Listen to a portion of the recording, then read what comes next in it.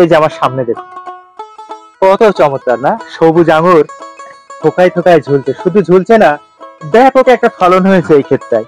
আমার এই যে কাকা রয়েছেন, আমার এই কাকার ক্ষেত। কাকা কেমন আছেন আপনি? আল্লাহ পাক খুবই ভালো রেখেছে। আপনার নাম কি? মোহাম্মদ মুমতাজ আলী। এই যে আপনার এই আঙুর ক্ষেত, এটা আমাদের যশোর জেলার কোন জায়গায়? এটা গদখালি মঠবাড়ি, গদখালি মঠবাড়ি, জিগরগাছা থানা। আচ্ছা, এই যে আঙুর জাতগুলো আমরা দেখছি, হ্যাঁ, এটা কি জাতের আঙুর কাকা? এটা চয়ন। চয়ন, এটা কি আমাদের দেশি প্রজাতি না না, বাইরে? এটা বাইরের, ভারতের। আচ্ছা, আমরা একটু কাকার সাথে সামনের দিকে যাই। আচ্ছা, এই ক্ষেতের বয়স হলো কতদিন? এই 1 মাস 10, এই 1 বছর 10 মাস, এখনো 1 বছর 10 মাস, তাতেই এই পরিমাণ ফলনের ক্ষেত। হ্যাঁ হ্যাঁ, এই এখানে আসলে কাকা এই জায়গাটা আমরা একটু দেখি, এই জায়গাটা দেখুন কাকা। এই আঙ্গুরগুলো, এই মনে করেন যে এখানে এই যে বেশ কিছু আঙ্গুর রয়েছে, এটা কতদিন পর সংগ্রহ করা যাবে? এতে আপনার বৈশাখের শেষে পাকবে। তার মানে এই মাসের শেষের দিকেই পেকে যাবে। কত 200 টাকা কেজি বেছিলাম পাইকারি।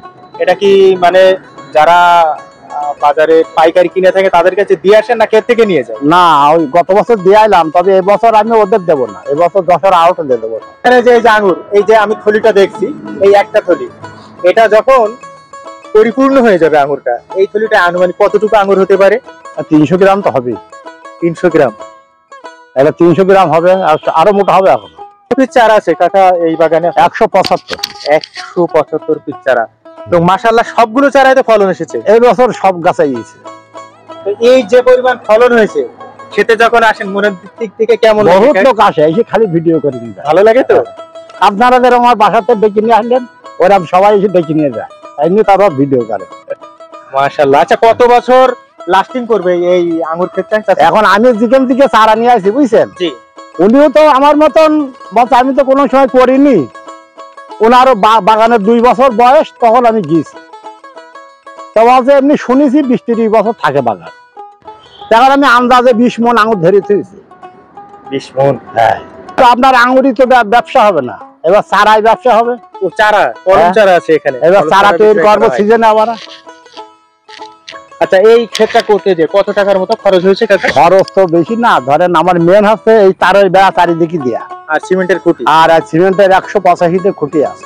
তো মোটামুটি এবছর আশা করছেন যে যা বেচা বিক্রি হবে, আশা করি আমার খরচটা উঠে যাবে, এবং আগামী বছর থেকে আল্লাহ যদি মুখ চাইতো হ্যাঁ, লাভের একটা মুখোমুখি হবেন বা লাভ আসবে, সেটা প্রত্যাশা করছেন। হ্যাঁ। আচ্ছা কাকা, এই ক্ষেতের একেবারে ছোট চারা লাগানো থেকে শুরু করে সার্বিক বিষয় দেখভাল তো আপনি করেন? সব আমি এবং নিজে হাতে লাগাইছি, নিজে হাতে ট্রিটমেন্ট করেছি।